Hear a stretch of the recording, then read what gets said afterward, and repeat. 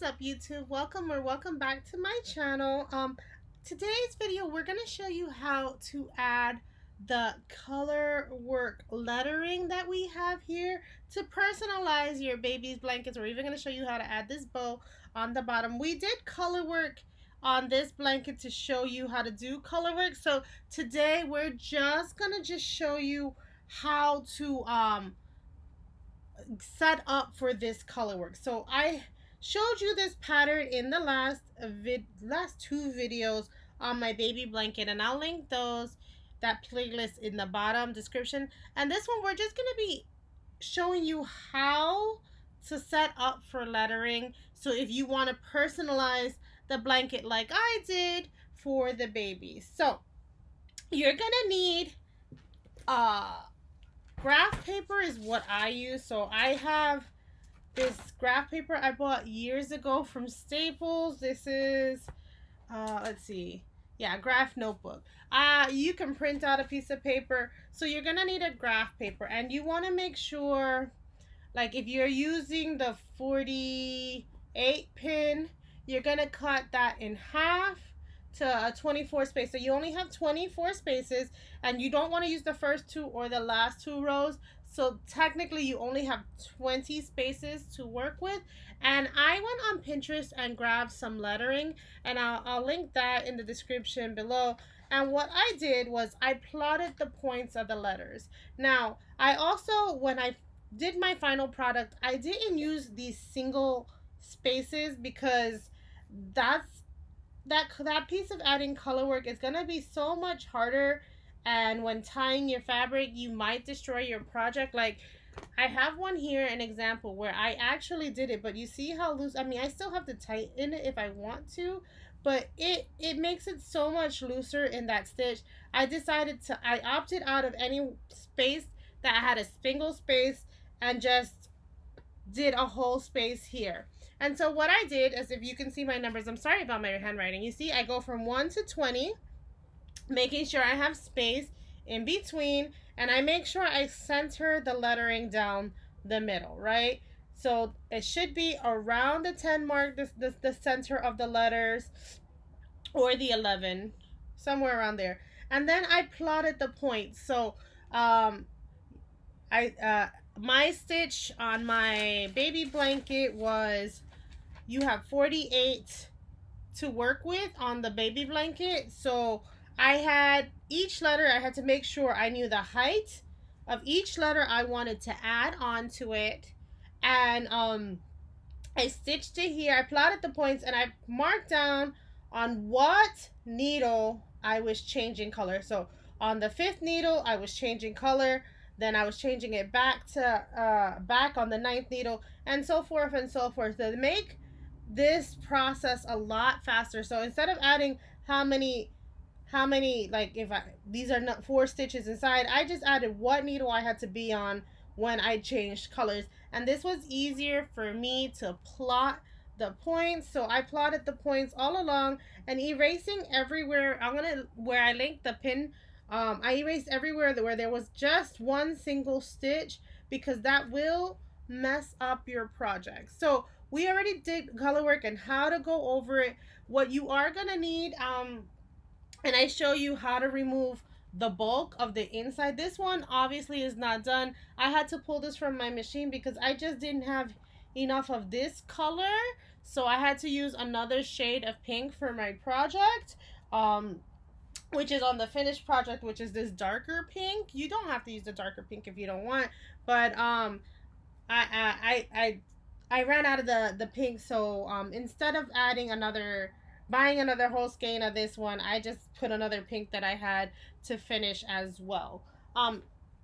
So yeah, this is a great way to personalize the baby blanket that I showed you. I'm going to show you clips on the circular knitting machine of trimming away, and then also adding, if you have a lot of space for in the initials, you can add a bow on your Minnie Mouse blanket that we did, and I will show you how I did this and the dimensions I did for this exact bow pattern If you have a lot of space, you probably could use the middle row to do like miniature Minnie Mouse with that big attachment bow, like one that pops out. I didn't do that because I needed the space for all the initials. But yeah, this is how you want to plot your points in between, and make sure you're giving adequate spacing in between letters and from the bottom to the top. I messed up a little on my baby blanket. As you can see, there's not enough space on the top. There's only one row left. I had the wrong number. I gave too much space to the bottom and not enough space to the top, which is why I added the bow on the bottom. But you want to make sure if the letters for the initials are short, you could add, like I said, the bow applique. Just make sure it's in the middle, giving each letter the same amount of stitches in between, like I did. There are lots of stitches in between. I tell you right here, this is on the last 17th row, and then on the 25th row we start again for the lettering. As you can see, you want to plot your points and put it down so it's easier for you to do. Like I said, you can print out a sheet of graph paper and plot your points. You can do this on a computer. For me, I find working on a graph paper works, and I did it for all the lettering along the way. Yeah, and if I work from the bottom to the top, so that's how come you'll see the letters going up. You could do this upside down and go backwards. I like doing from the bottom to the top. It's easier for me. So I will link some footage of all the last of the information you'll need to personalize this baby blanket. But I hope this helps. If you have any more questions on color work, just ask me below. Again, like I said, we did the Minnie Mouse face in the color work, so you should know how to kind of do the color work. These are just the numbers and how you would want to plot the points, and I will link the Pinterest below. Okay, we are going to start on the middle panel, and there's only one of these. So and this one's going to be start the same. You're going to start with 12 in the middle panel. Let's hold on to all my pieces and keep going. There you go. All right, so 12 on this one, and then I will see you back when it's time to color change. This one's gonna be a little different, guys, so keep along with me, and we will get through it. Okay, we are coming up to the end of row 12. I'm gonna snip this here, and this time we are starting with the darker pink for this one. So we're gonna go for 45 until the counter reaches 45, but specifically 33 on this row. So keep going, make sure you tightening and tying the ends all the time. There are gonna be lots of ends on this project. All right, so either 45 on your counter, or if you're resetting the counter every color change, 33, and we will see you back at the next color change. Okay, we are coming near the end of the row, and there's my white peg. I always tighten this and then snip it. All right, now we're going back to block. And I'm gonna start the counter resets on this one. This one is counting the whole project, and this one I'm just gonna count the rows so that I can just pay attention to this one and know when to stop. We are going 12 more rows on this one. Okay, yeah, so 12 more rows on this one, and we will see you when the next one. So the next one's gonna be a little different. It's gonna be where I embroider. This is gonna be in the second video where I embroider the other side. So yeah, just go for 12 rows on this one, or till you get to 57 if you are counting the project as a whole. I definitely like using both my row counters because it helps me keep track of the pattern in this one and the project as a whole on this one. All right, we'll see you soon. Okay, so we're gonna snip it here, and we are gonna get to our pale pink now. Put that in the middle. So we are gonna start on our pale pink.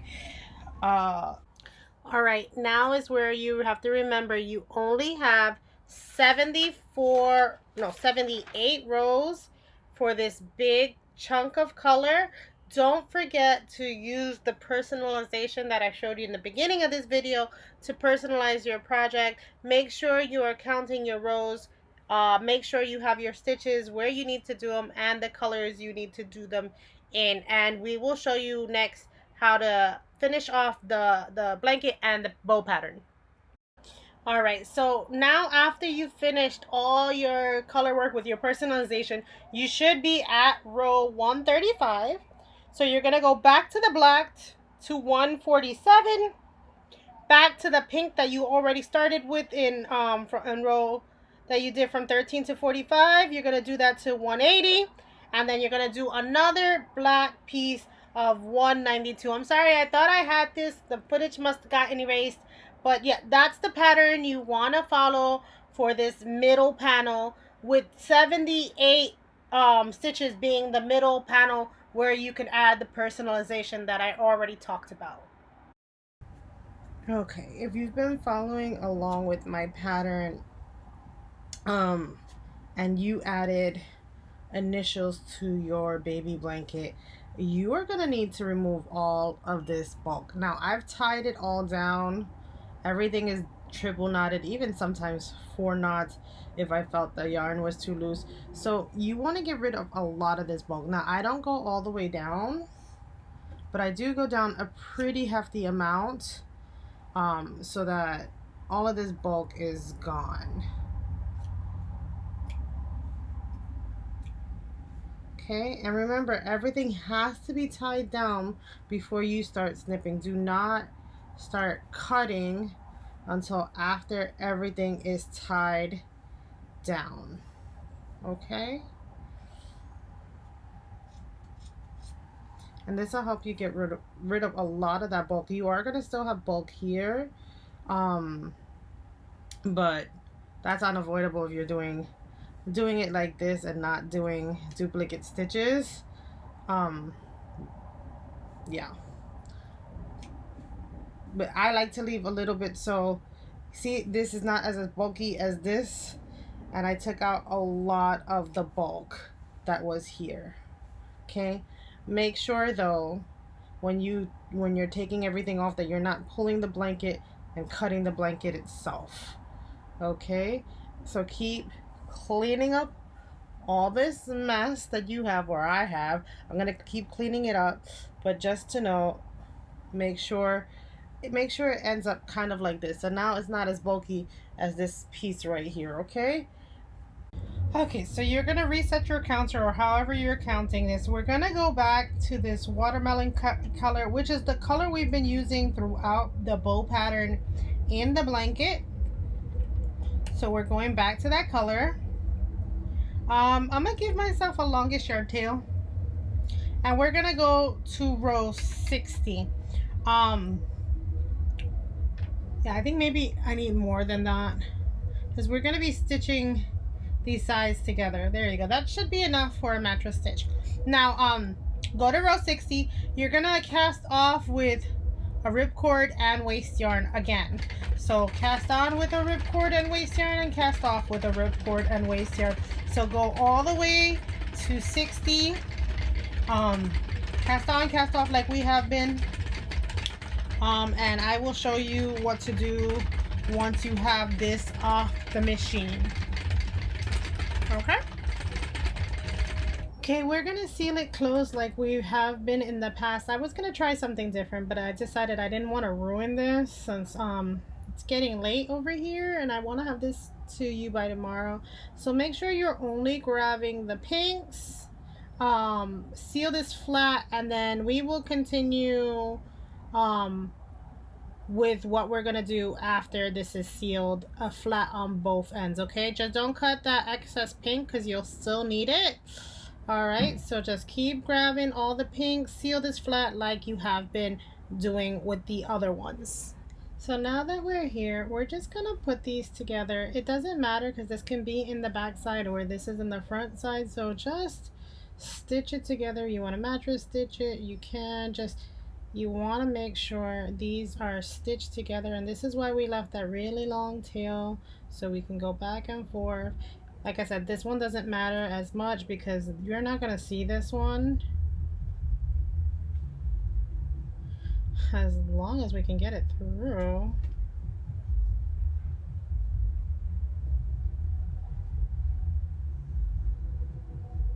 Oh, that's the other side. Okay, back and forth, just back and forth. It doesn't really matter. I'm not doing a mattress stitch because mattress stitches take a lot longer and nobody's gonna see this. You just want it to be sealed off. Okay.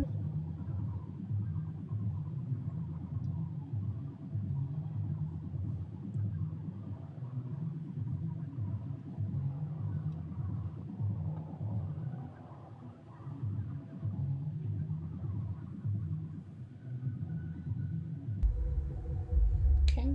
Right, so now you're done, right? If you have a long enough tail, you could probably use the tails you have to wrap around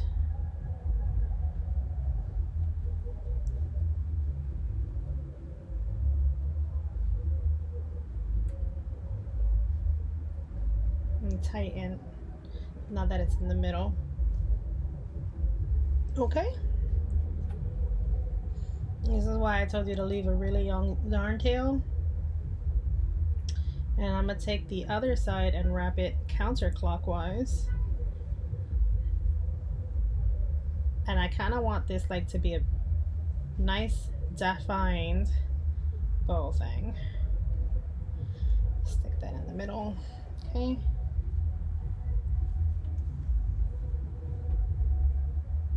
Okay. I'm going to go around it 2 more times. All right, now on the back side, you want to tie the bow. Okay. And this is just a decorative bow. This, okay, tie it 1 more time. Okay, and now we're gonna attach this onto our project. Okay, I just wanted to get a nice long bow for our project. Okay, and now on the back side, in between the 2 layers, you're gonna grab that yarn I ended up pulling an extra piece out, but it's fine because this is going to be the back side where nobody sees it. Actually, let me tie that in so it's downward. All right. Anyway, you're going to grab these 2 pieces and bring them through the layers.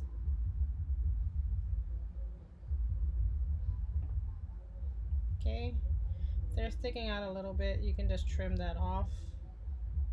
Where's my scissor?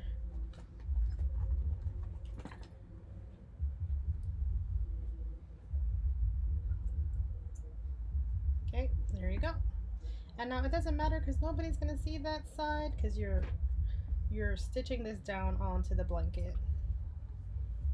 Okay.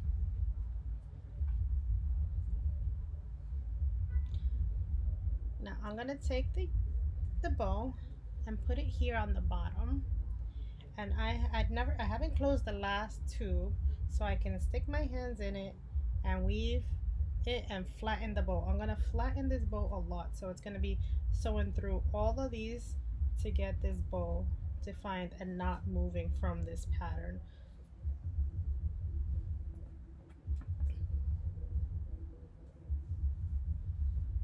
Okay.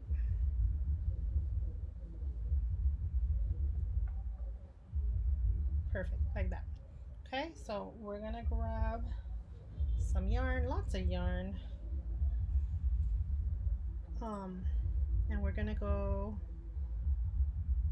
through both pieces of the bow to make it lay flat on to the project.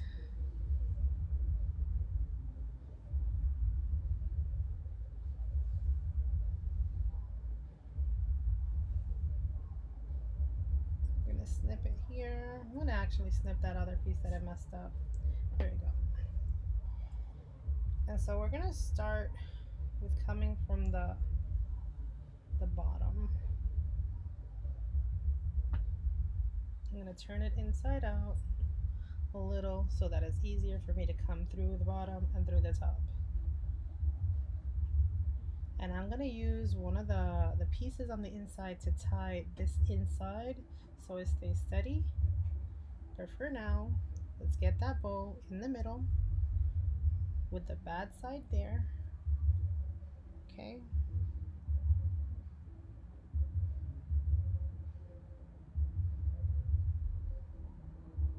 Okay. And just sew it down. So all you're gonna be doing now is just sewing it down the whole way around. Okay.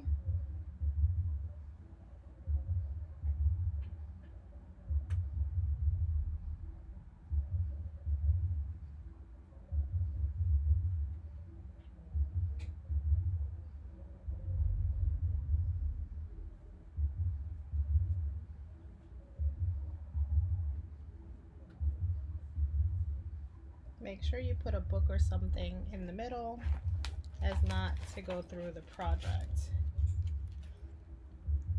I like to use this so that I don't go through all the strings. Okay, bring that up enough. All right, and just go all around it in between both bow pieces.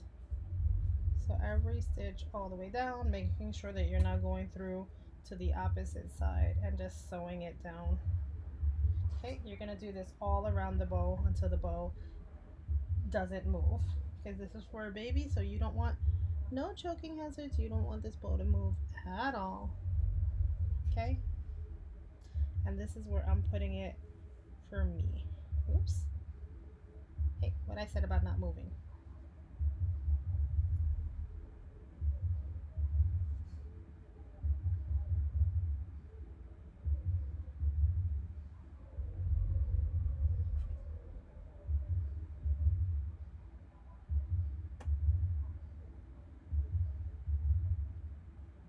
There we go. Now I showed you guys how to mattress stitch in part 1, so if you want to go ahead and do the mattress stitching from the baby blanket of part 1, I forgot to add this into the video where I showed you how to end off the tops without crocheting so that it's a little neater. So that's what this part is, just adding closing off the tops and making the rest of the blanket very neat. Okay, so I've mattress stitched all of the panels together, and now I'm just finishing off the ends. And so some ends have 2 sides, some ends just have 1 side, some ends have 4 sides. But so what I'm doing is I'm going to take and tie these ends together. And if once I tie there's no gap, I'm going to tie it 2 more times. I'm just going to take my needle and put it in. I was crocheting it in, but I felt like the crochet wasn't pulling it in as much. So what I'm doing now, one, is not leaving too much of a yarn tail, so cutting off some of the excess, putting it in back of my darning needle, both pieces.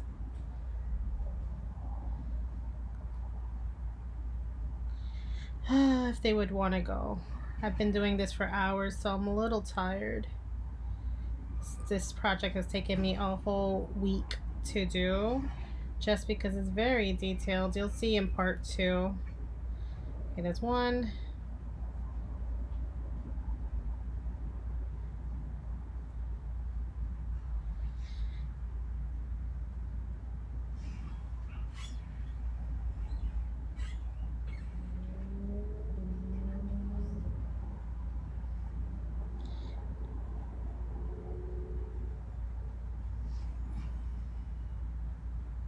Put it in between the 2 layers, making sure the needle stays inside. Pulling it through.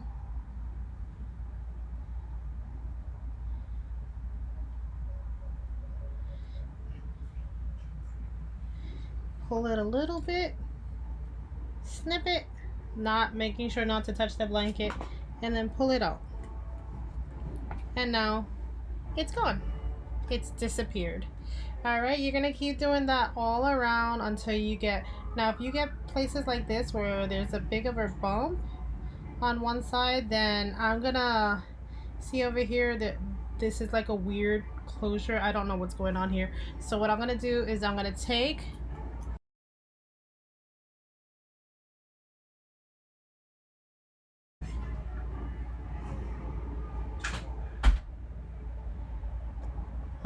my needle and I'm gonna manually attach it to the other side and bring it back.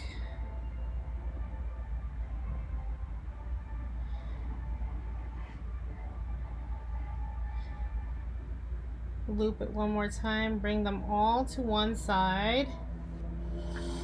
And I'm gonna take all of these and tie them to each other. Okay? Here. And tie them so that you can't really see it. You see? You don't see it once it's down. So tie it to each other. I tie everything 3 times. And then I will cut a lot of these pieces to size and then bury them all. Okay, that's 2 and one more time. 3. Okay? Want to have them all about the same size. Now if you want, you can try to, I have no luck with this, but if you want to try to bring it through the middle with the crochet hook, you can. See, I always drop it.